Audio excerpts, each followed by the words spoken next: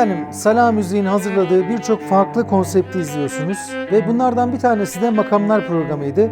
Doçent Doktor Sami Dural hocamızla beraber hazırladığımız Makamlar programında Türk Müziği Devlet Konservatuvarı'nda okuyan öğrencilerin çok iyi derecede Batı müziğini öğrenmeleri gerektiği, Batı Müziği Devlet Konservatuvarı'nda okuyan, güzel sanatlarda okuyan öğrencilerin de kendi kültürümüz olan Türk müziğini çok iyi öğrenmeleri gerektiği hususunda önemli açıklamalarda bulunmuştuk.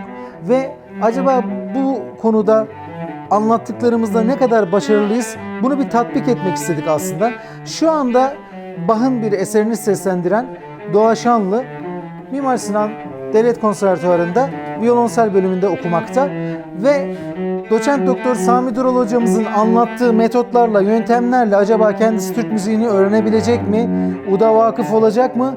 Ve ne derecede vakıf olacak? Bunu hep beraber izleyip görmüş olacağız.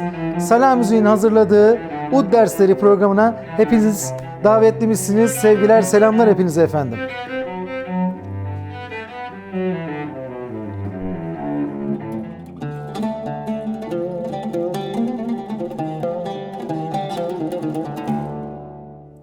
Merhabalar, hoş geldiniz. Çok heyecan verici bir konseptteyiz şu anda. Makamlar programında aslında bunun müjdesini vermiştik Özgür Bey'le. Özgür Bey'in kızı Doğa Hanım'la beraberiz. Çok kabiliyetli bir genç. Çok teşekkür ederim. Pırıl pırıl. Nazar boncukları gönderiyorum yani. Bol bol o şekilde. Kendisi cello sazında eğitim görmekte ve ben kendisini dinledim. Çok da keyifli bir şekilde dinledim. Emeklerine sağlık yani. Çok güzel gidiyorsun. Tebrik hocam. ediyorum.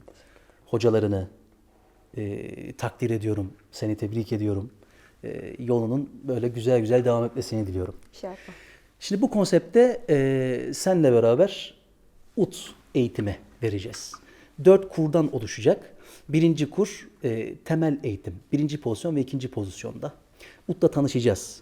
Tabii malzememiz ne olacak? Bu makamlar konseptini takip ederseniz oradaki aslında perspektifimizi devam ettireceğiz. O temel yapılar vardı ya 12 tane. Onlar üzerinden dizileri çalacağız ve örnek eser icra edeceğiz, çalışacağız. Bu birinci kurda birinci pozisyon ve ikinci pozisyon dediğim gibi bunu çalışıyoruz. Ut'la tanışacağız. İkinci kurumuzda şöyle bir yol haritası çizelim. İkinci kurumuzda ben transpozisyonu önemseyen bir kişiyim.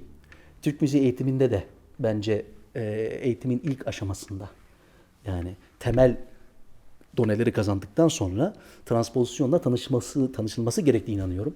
O yüzden doğayla transpozisyon çalışmaları yapacağız. Yine aynı eserler üzerinden gideceğiz. Aynı temel yapılar ve aynı eserler. Üçüncü kurda üslup tavır çalışmaları yapacağız. O da apayrı bir kur yani. Çok keyif alacağız öyle düşünüyorum. Üslup tavır çalışmaları. Dördüncü kurda ise artık bu işin nihai yani bu eğitimin nihai noktası işte armoni çalışmaları, Ut'ta akor pozisyonları, tonal müzik ve modal müzikle ilişkiler ki yine makamlar konseptimizde bu konulara değinmiş idik. Böylelikle 4 kur sonunda bakalım neler çıkacak, neler elde edebileceğiz. İnteraktif yapıyoruz çünkü isteğimiz şu. Siz de udunuzu elinize alın, ekranın karşısına geçin ve bizle beraber bu çalışmaları yapın. Sizden bunu istiyoruz. Bence siz de çok keyif alacaksınız. Ve şunu tekrar altını çizelim. Doğa Ut'la 1-2 gün değil mi oldu tanıştığın? Evet yani? hocam. 1-2 gün olmuştur. Enstrüman çalan bir insan. Evet. Cellist. Tamam ama Ut'la 1-2 gündür böyle bir yakınlık kuruyor. O yüzden siz de dediğim gibi sıfırdan başlayanlar bu eğitim 4 kurluk eğitim programında kendinize böyle güzel şeyler bulabilirsiniz diye ben ümit ediyorum. Bir de yani bir kuru izlersiniz mesela bir kurum bir dersini, bir hafta onu çalışabilirsiniz.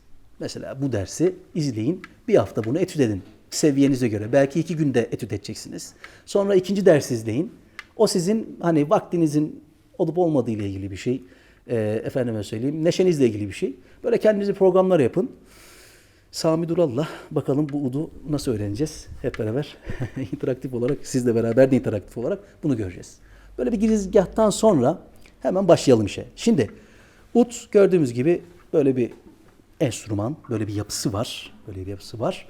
O yüzden tutarken de şöyle bir üçgen yapı kuruyoruz aslında kendimizde. Böyle bir üçgen yapı. Yani şöyle durmayacak da zaten beden ona müsaade etmez. Şöyle biraz öne aldırtırır. Hem böyle burayı yukarıdan rahat görürsün. Doğanın da yaptığı gibi. Doğanın ayaklığı da var. Ayaklık kullanmak isteyenler kullanabilirler. Çok yani gerekli bir şeydir enstrüman şeyi. Siz bana bakmayın artık ben ayaklık mı kaldı benim için yani. Çalıyoruz. Ama ayaklık güzel bir şeydir. Onu da alırsınız. Udun yapısından ötürü çünkü kayar böyle. Tamam mı? Kayabilir. Sonra bu üçgen yapıyı kurduktan sonra bakın şu elinizi böyle koyuyorsunuz. Şöyle Doğacığım sana da göstermiş olalım. Şöyle aslında şurasıyla değil mi? Şöyle burasıyla. Herkesin tabii bedenine göre bir durum vardır. O rahatlığa ulaşsın herkes. Şunu hiç unutmayalım. Sanat, estetikte rahatlık önemlidir. Değil mi? Rahatlık. Rahat pozisyon. O rahatlığı sağlarsanız, bedeninizde o barışıklığı yaşarsanız enstrüman performansınız yerinde olacaktır. O yüzden bedeninizi dinleyin. Rahat bir şekilde. Kesinlikle hani şurası değil de enstrümanı böyle burası tutmasın. Çünkü biz ne yapacağız böyle? Doğa böyle gidip geleceğiz çünkü tamam mı? Bu böyle rahat olması lazım. Gördün mü? Bak rahat olması lazım. Doğada da durduğu gibi ne yapıyorsunuz? Şöyle bir durum yani. Tamam mı? Harikasın. Yani ilk aşama çok güzel. Burayı atlattık. Tutuş yaptık. Gayet güzel. Budur. Tamam. Herkes vücuduna göre bunu şekillendirecek artık. Peki mızrabı nasıl tutacağız? Bu noktada da yine her zamanki gibi söyledim. Rahatlık önemli. Bakın şöyle elinize alıyorsunuz mızrabı. Bu şekildeyken böyle kapatıyorsunuz elinizi. Bakın şöyle. Şöyle hatta gösterebilirsem size daha rahat göstereyim. Şöyle elinizde mızrap. Tamam. Şöyle. Bunu böyle kapatınız bu kadar bak. Böyle herhangi bir sıkma, böyle sıkma yok. Gayet rahat olacak. Elde avuç içerisinde. Şöyle parmaklarınızı kapadınız. Burada önemli olan nokta şudur. Şu boşluk var ya. Çok fazla olmasın yani şöyle zaten çalamazsınız böyle olursa. Onun dışında bunu böyle çok da az da bırakırsanız bu da yine sıkıntıya sebep olacaktır. Ama ne yapacağız? Kendi yine miktarınızca böyle şu şekilde bir boşluk bırakarak ve gayet rahat sıkmadan şöyle elinizi avucunun içerisinde şöyle bileğinizi döndürdüğünüz anda udun üzerinde de şöyle göstermiş olalım. Bakın şöyle geldi değil mi? Bak bu şekilde böyle çok rahat bir şekilde vuracak şekilde mızrabı tutuyoruz. Peki bunu yaptık. Sonra ne olacak? Karşımıza ne gelecek? Teller gelecek. Şimdi bu telleri tabii baştan görmüyorsunuz. İlk başlayanlar için şöyle söyleyebilirim. Biraz şöyle yapıp çalışırken tamam mı? Şöyle bakabilirler biraz. Ama bir haftadan sonra olursa yasak. Yanlış giden bir şey var demektir. Hadi bir hafta böyle bir etüt şimdi vereceğim, göstereceğim. Bir hafta hani onu yaparken, çalışırken hani şöyle biraz bak. Ama o şimdi sana göstereceğim, size göstereceğim etüdün yani doğayla beraber burada çalışacağımız etüdün, ilk etüdümüzün amacı ne? Bunu böyle kurtarmak. Tamam mı? Yani onu çalışacaksın ki böyle elin meleke kesbedecek. Elimizin meleke kesbetmesini sağlayacağız. Tamam mı? Biraz onu yapacağız. Fakat oraya geçmeden önce madem tutuş söyledik, enstrümanı az çok tanıdık. Şeklini, şemalini. Akort meselesini konuşalım. Nedir bu akort meselesi? Müzikten bahsedebilmemiz için değil mi belli bir ses lazım, seslerin titreşimleri lazım. Müzikal bir efendime söyleyeyim düzlem lazım. Yani her yerden müzik çıkmaz değil mi? Her darptan. Şimdi bu darptan bir ses çıkıyorsa, bu müzikal olarak bir anlam ifade ediyorsa bunun belli bir gerilimi var. Gerilimi var, germek var. Şöyle değil mi? Bunu serbest bakmak var. Vurgulukları. Bu her enstrüman için geçerli. Ne yapacağız? Bakın udun en tiz teli diyelim ince. Çünkü ud böyle aşağı doğru inceleşir sesler. Tizleşir tamam mı? Şöyle. Bir de buraya doğru sağ tarafa doğru yine sesler incelir. Tizleşir yani inceleşir tamam mı? Bu tarafa doğru sesler kalınlaşır. Daha pest olur.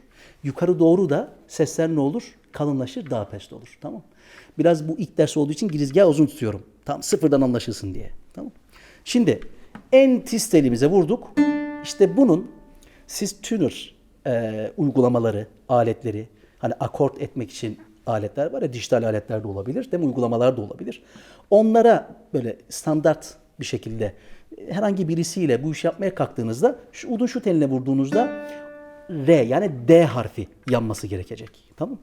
Görselimizde de şimdi paylaşacağım onu. Beraber burada paylaşacağız arkadaşlarımızla, ekibimizle. Oradan da takip edebilirsiniz. Sonra onun bir üstündeki tel buna vurdum mu tünürde bu sefer A harfi yanmış olacak tamam mı? A harfi. Peki bir üst tele daha çıkalım. Bu tele vurduğumuzda tünürde E harfi çıkması gerekiyor. Ona göre akortlamanız gerekiyor. Yani sen bunu vuracaksın böyle. Buradan bunu sıkarken oradan E harfi yazacak. Tavsiyem şudur. Sıfırdan başlayanlar ilk başta enstrüman çalan arkadaşları varsa onlarla beraber bu işi yapmaya çalışsınlar. Bu iş en güzel ölçüdür. Oturacaklar yanlarına böyle keşfedecekler, tamam mı? Ben genel bilgileri vereyim ama bu genel bilgilerle birlikte uygulamaya geldiğinde, çünkü ilk defa hani sıkacaksın işte falan, tedirgin olur insan. Ben ilk enstrüman öğrenirken tedirgin olmuştum mesela. Yani ne kadar sıkarsam kopacak. Yani anlayamıyorsun ki, yani yabancısın ya. O yüzden ne kadar bunu anlatsak da ne yapacaksınız? Bir müzik bilen arkadaşınızla beraber böyle ufaktan sık. Ya o kadar sıkma, hadi biraz daha şey yapacaksın işte falan yaparsa o işi böyle kavramaya başlarsınız yani. Tamam mı? Aşama aşama. Devam edelim. Ne dedik? E. Tünürde E yanacak. Peki bir üst tele daha çıkalım. Tünürde B yanmış olacak. Değil mi? Aslında dörtlü bir şekilde sistem devam ediyor. Peki buraya geldik. Burada da tünürde fa diyez yanmış olacak. Fa diyez. En yukarıda tünürde do diyez yanmış olacak. Tamam mı? Akordumuzu bu şekilde yapacağız. Peki şimdi akort yaparken böyle. Biz makamlar konseptinde bir programda bahsetmiştik. Yani Türk müziğindeki özellikle klasik repertuar noktasında, icra noktasında, üslup noktasında bir akort meselesinde bir karışıklık var demiştik yani. Efendime söyleyeyim, tünürde işte mesela şu tele vurduk, A yandı ya, yani la, değil mi evrensel anlamda la, A harfi tünürde la. Biz Türk müziğinde bunlar re olarak söylüyoruz. Re diyoruz. İşte neylerin boyutları noktasında akort isimlendirmelerinden bahsetmiştik makamlar konseptimizde. Sizi oraya havale ediyorum. Oraya bir videoya bakıverin. Oradan da destek alın. O yüzden bol ahenk ney akorduna göre şu telimiz bizim, bu telimiz la olacak. Bu telimiz la ve biz buna yerinden diyoruz. Bol ahenk akortta biz yerinden akort dediğimiz, referans aldığımız aslında akort bu olmuş oluyor, tamam mı? Gerisini ona göre sınıflandırıyoruz. Burada bir karışıklık doğuyor mu? Doğuyor. Ama biz o karışıklığa çok girmeyelim bu konsepte. Sadece bunları belirtmiş olalım. Anlaştık mı?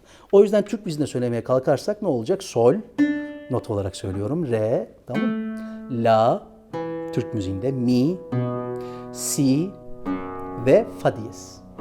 Tamam mı? Bunlar tellerimiz isimleri bunlar. Fa diyez, si, mi, la, re ve sol. Hadi dua. Şimdi en aşağı tele vur bakalım. En tiz telimize. Ne bunun Türk müziğindeki ismi? Sol. Bak. Vallahi maşallah. Devam edelim. Bir üst tele çık bakalım. Güzel. Ne bunun Türk müziğindeki ismi? Re. Harika. Bir üst tele çıkalım. Türk La. müziğindeki ismi çok güzel. Mi. Harika. Si. Güzel. Güzel. En son Fa diyez. bam telimiz değil mi? Evet. Udun bam teli. Bam telini titretme diyor ya. Gönül teli. O fa diyez. Bizde fa diyez oluyor. Tabii sen şeyden de idrak ederek yapıyor. 4 ses aralık var ya. Yani tam ezber değil. Ben işte böyle öğrenciyi seviyorum bak. Vallahi seviyorum. Yani ezberin de mantığı var. Mantığını anlıyor, öyle ezberliyor yani. Kuru kuruya değil. O mantığı bildiği için onu unutsa bile ne yapacak? Sesten bulacak. Yani 4 ses. Değil mi? Nota dizgesi var ya evrensel. Mesela işte do, re, mi, fa, sol, la, si, do, re, mi, fa, sol, la, si, do, re, mi, fa, sol, la, si, do. Değil mi? Bu evrensel bir dizge yani. Ona göre mesela düşünün onu. Bir görselde de paylaşacağım onu. Paylaşacağız sizle. Solden yukarı, yani daha kalına 4 ses giderseniz re olur değil mi? Sol, fa, mi, re. Kanına doğru gidiyorum değil mi? Şimdi bildiği için bunu ne yapıyor? Kuru kuruya ezberlemediği için mantık yürüterek bile bulabilirsin yani. Tamam mı? Peki gel bir de şeyi soralım bakalım. Tünöre göre Tamam. bir düşünelim. Yine en tiz telimize vur bakalım. Ne bu tünöre göre? Re. Güzel. Bu la. Harfleri de söyleyeyim. D yani re. Denizli'nin D'si. Adana'nın A'sı değil mi la? Evet. Mi. Güzel. Harf olarak Edirne'nin E'si. Tünür'da. Tamam mı? Tünür'da yanacak harfler bunlar. Si. Bursa'nın B'si. Fa diyez. Fa diyez. Do diyez. Do diyez. Tamam. Bak vallahi burada kendisi. Yapıyor işte. Siz de aynısını yapacaksınız. Yaparsınız. İtimadım size tam. Harikasın.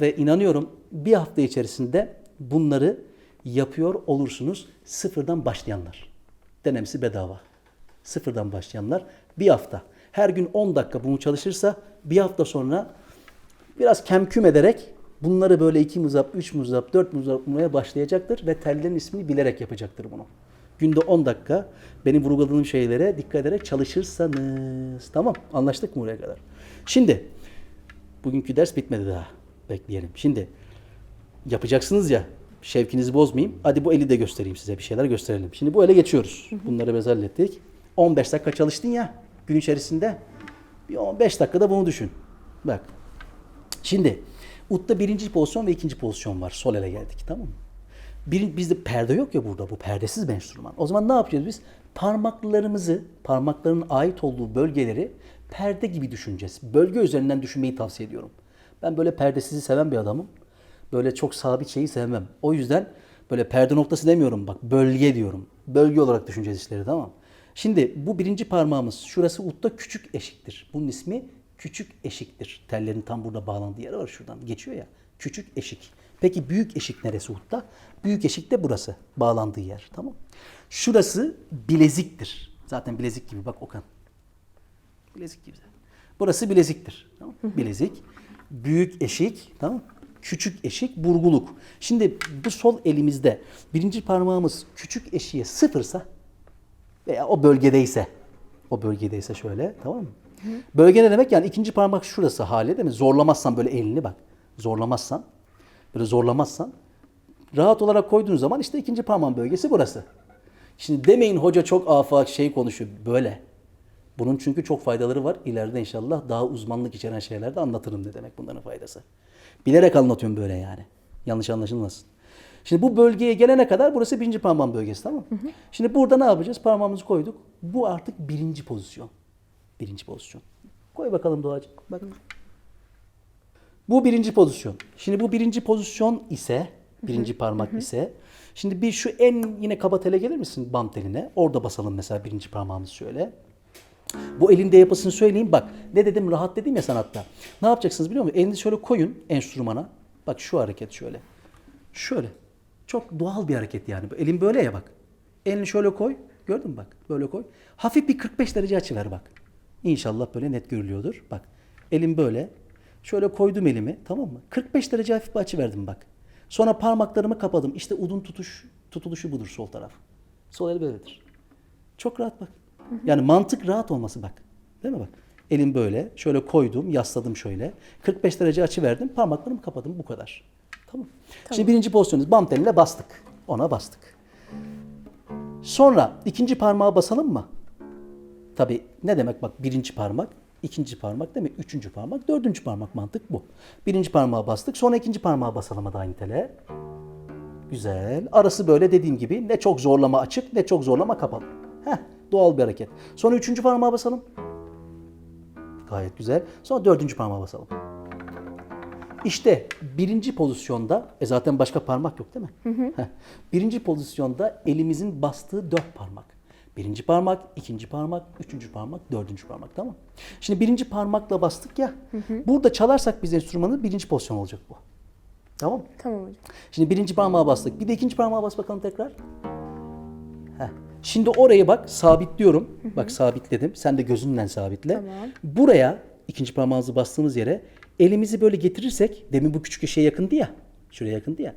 Elimizi böyle getirirsek ne yapacağız biliyor musunuz? Artık ikinci pozisyonda çalıyor olacağız. İkinci parmağın yeri ya. İkinci pozisyona gelmiş olacağız. Bak ikinci pozisyonda Doğa şu anda. Tekrar birinci pozisyona gelir misin? Birinci parmağını bas bakalım en köşeye. Biraz da. Şuraya, Birinci parmak. evet. İkinci parmağa bas. Üçüncü parmağa bas. Şimdi üçüncü parmağı gözünle sabitle bastığın Tamam, yeri. tamam. Birinci parmağını oraya getir elini. Bak üçüncü pozisyon. Gördünüz mü? Pozisyon demek bu işte. Bu kadar basit. Gel tekrar birinci pozisyona bakalım. Birinci parmağa bastık. İkinci parmağa bas bakalım. Üçüncü parmağa bas. Bir de dördüncü parmağa bas. Şimdi gözünle sabitle o dördüncü parmağa bastığın yeri. Elini getir bakalım oraya birinci parmağını. Bak dördüncü pozisyon. Gördünüz mü? Bu. Biz ne yapacağız bu birinci kurda? Birinci pozisyonda ve ikinci pozisyonda eser çalacağız. Tamam? Birinci pozisyon ve ikinci pozisyon. Bunlar en temel pozisyonlardır Ud'da. Evet, bu dersimizin son konusuna geldik. Dedim bu ilk program biraz uzun olabilir. Çünkü temel atıyoruz. Son konusuna geldik. Gelin makamlar dersinde de gösterdiğimiz Türk müziği perdelerini Ud'da ben yerlerini göstereyim size. Görsel olarak da ekibimizde inşallah onları burada paylaşalım. Parmağımızı izlerken bir tablo halinde de onları kenardan göreceksiniz birazdan. Tamam mı? Şimdi bak beraber yapalım. Gel birinci pozisyona. Tamam, birinci pozisyondayız. Bam telinde fa diyeze bunu bastık mı? Bunun işte kaba rast perdesidir bu. Kaba rast perdesi bölgesi. Tamam? Sol notası. İkinci parmağa bastık. Bas bakalım. Aynen. Bu kaba zirgüle perdesidir. Tizleştiğimiz için diyez söyleyelim istersen. Tizleşiyoruz ya. Heh. Ne bu şimdi? Sol diyez yani. Kromatik gidiyor gibi düşünün. Ama müziğimiz tamperaman değil. Tamam. Yeri geldikçe deşeceğiz. Şimdi siz kromatik gibi düşünün. Tamam mı? Önemli olan perdeleri anlatmaya çalışıyorum ben size. Ama notada söyleyeyim ki kolaylaşsın diye. Devam edelim. Üçüncü parmağına bas bakalım. Kaba dügah perdesi. Tamam. La notası yani. Devam ettik. Dördüncü parmağa bastık. La diyez. La diyez. Bu kaba kürdi perdesi olacak. Tamam mı? İsimler bunlar. Aşağı tele geçtik şimdi. Bitti ya parmak. Birinci pozisyon ne yapacağız? Aşağı tele vuracağız. Bu da kaba segah bölgesi. Notada C'dir bu. Tamam. Kaba segah perdesi bölgesi. Ben öyle söylüyorum. Devam edelim. Birinci pozisyondan bastık. Aynı mantık. Her telde aynısını uygulayacağız. Kaba çargah perdesi bölgesi. Do natürel. Hemen yanı tahmin edersiniz artık. Do diyez. Değil mi? Kaba nim hicaz perdesi bölgesi. Hemen yanı yarım sessizleştik. Re notası. Aferin. Yegah perdesi bölgesi. Hemen yanı re diyez. Kaba hisar perdesi bölgesi. Bak parmak bittiği için ne yaptık? Aşağı tele geçtik. Gördün mü? Mi notası. Zaten mi teliye bu. Az önce çalıştık ya bak. Mi notası. Bu da aşiran perdesi bölgesidir. Hüseyini aşiran perdesi bölgesi. Devam edelim. Dört parmak olayını uyguluyoruz aynı telde. Bas bakalım bunu. Fa natürel. Yani Acem aşiran perdesi bölgesi bizde. Hemen yanına bastık fa diyez. Irak perdesi bölgesi. Hemen yanına bastık. Sol natürel. Rast perdesi bölgesi. Bak bu noktalı. Kaba rast perdesi bölgesi. Rast perdesi bölgesi. Gördün mü? Tek yanına ne gelmiş yani kelime olarak? Kaba. Oktav ya. Devam edelim. Sol diyezdeyiz. Yarım yarım çıkıyoruz ya. Sol diyez. Güzel. Bu ne? Zirgüle perdesi bölgesi. Kaba zirgüleydi hatırlıyor musun burası? Kaba zirgüle bak. Zirgüle perdesi bölgesi. Parmaklar bitti mi? Bitti. Ne yapacağız? Aşağı tele geçeceğiz. Geçtik aşağı tele. La natürel yani la notası. Dügah perdesi. Dügah. Dügah perdesi bölgesi. Bastık yine birinci parmağımızı. Kürdi perdesi bölgesi. La diyez olmuş oldu. Hemen yanında si var. Segah perdesi bölgesi. Hemen yanında do var. Çargah perdesi bölgesi. Hemen yanında do diyez var. Evet. Hicaz perdesi bölgesi. Hemen aşağı tele geçiyoruz. Ne parmaklar bittiği için. Boş tel. Değil mi? Re notası. Re notası. Neva perdesi bölgesi olmuş olacak. Parmağımızı bastık. Re diyez. Değil mi? Hisar perdesi bölgesi. Hemen yanına bastık. Mi natürel olmuş olacak. Hüseyini perdesi bölgesi. Hemen yanına bastık. Fa natürel. Acem perdesi bölgesi. Hemen yanına bastık. Fa diyez. Eviç perdesi bölgesi. Parmak bitmedi mi? Bitti. Ne yapıyoruz? Aşağı tele geçiyoruz. Sol notası Gerdaniye perdesi bölgesi. Bastık sol diyez birinci parmak. Şehnaz perdesi bölgesi. Bastık ikinci parmağımız la. Muhayyer perdesi bölgesi. Hemen yanında üçüncü parmak la diyez. Sümbüle perdesi bölgesi. Ve hemen yanında dördüncü parmak tissegah perdesi bölgesi. İşte udun birinci pozisyondaki notalarını kromatik anlamda çıkarak yukarı ve karşılık gelen perde bölgelerini, Türk müziği perde isimlerini bu videonun sonunda tanıtmış olduk. Evet, bitirmeden şöyle bir ufak sınav yapalım mı? Yapalım hocam. Ufacıktan yani. Bu güzel bir video böyle bir taşlansın yani böyle hepsi. Şimdi tabii basit bir soru değil bu da. İzleyicilerimiz de hani beyin fırtınası olsun, düşünsün diye yapıyoruz. Tabii seni burada kullanmış oluyoruz. İlk zorluğu sen çekeceksin. Şimdi mesela desem ki sana, hadi kolay soralım biraz. Çargah perdesi bassan desem mesela yani. Udda çargah perdesi basar mısın dedim. Birinci pozisyonda. Udda çargah perdesi.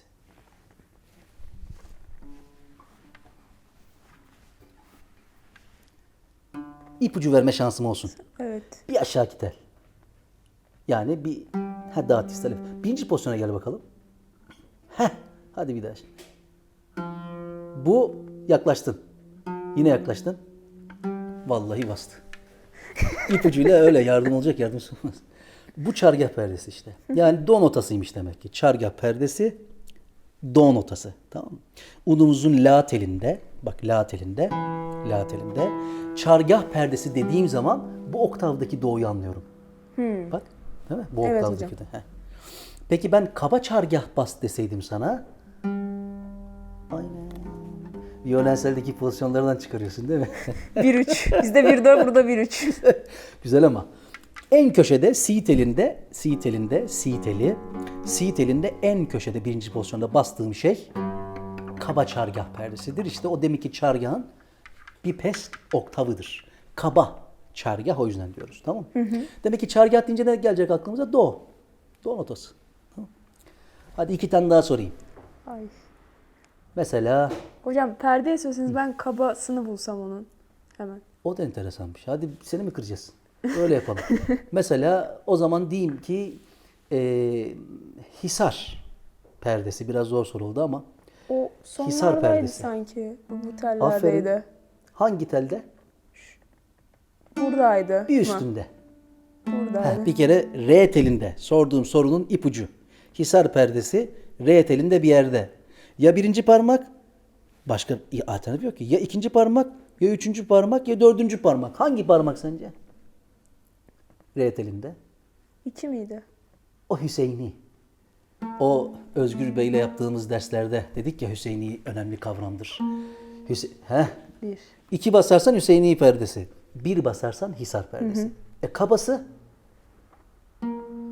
bir oktav pesti. Bir dakika hocam.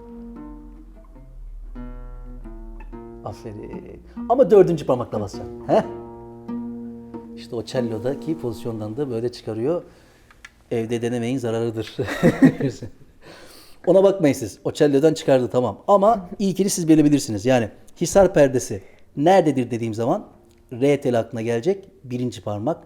Evet, re diyez. Hisar re diyezdir. Bak, re diyez. Gördünüz mü? Sen 2 dedin ya. O 2 bak Hüseyini mi. dedik. Hüseyini perdesi. Mi natürel. Bu re diyez. Hisar perdesi. Hadi çok zorlamayayım seni. Bu şekilde siz de kendi kendinize çalışmalar yapabilirsiniz. Bu çok önemli bir meseledir. Bu perde olayını udun klavyesinde birinci pozisyonda notaların yerlerini iyi kavrarsanız öyle o çorap söküğü gibi gider. İş yani. Tamam. Peki. Var mı katmak istediğin, eklemek istediğin bir şey? Hocam bence gayet güzel. Peki, ne güzel keyif aldıysan. Ben de çok keyif aldım. Bu dersimiz böyle olsun. Önümüzdeki ders görüşelim. Çargahla başlayacağız. Dediğim gibi 11 tane temel yapı üzerinden her hafta bir temel yapıyı, dizisini çalışacağız. Ardından da örnek eser çalacağız. Birinci ve ikinci pozisyonlarda. Görüşmek üzere.